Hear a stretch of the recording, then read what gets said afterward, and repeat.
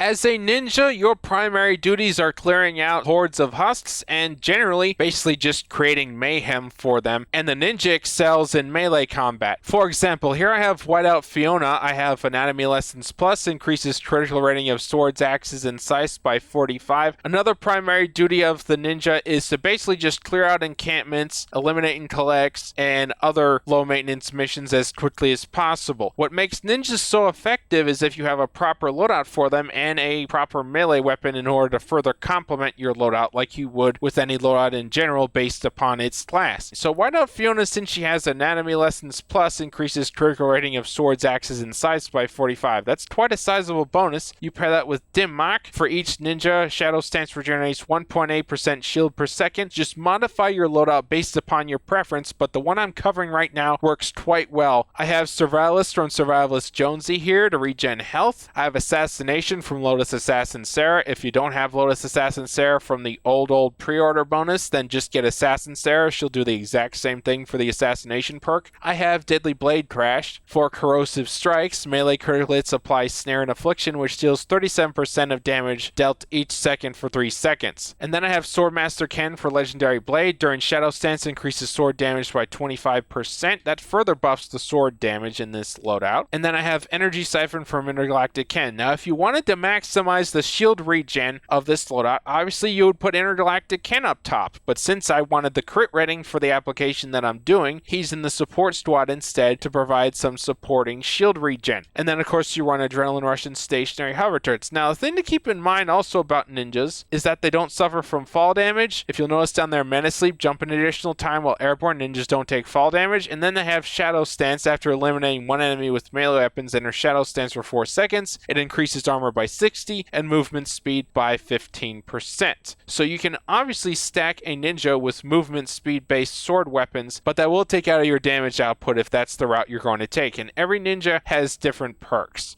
or at least most of them do. For example, Whiteout Fiona has Smoke Bombs, Throwing Stars, and Dragon Slash. It may vary with some other couple perks, like I think one of them is called a Crescent Kick. Every ninja needs a good melee, so I'm going to show an example of one. This is my old Stormblade. Crit rating, damage, energy and damage, crit damage to missed monsters and bosses. Critical hits with this weapon cause an explosion. Basically, with that loadout I just showed you, in this sword, the husks are going to explode a lot, and it is going to deal a tremendous amount of damage. I have stress tested this loadout with this sword as a 77 in a 124 encampment, and I was able to clear the whole thing. That being said, the ninja is all based around melee combat, and there are spear ninjas as well as ninjas that are specialized in scythes. It really all depends on what you want to do with your ninja. Do you want them to concentrate with axes? Do you want them to concentrate with scythes? Do you want swords, spears? What are you going to do in order to maximize the effectiveness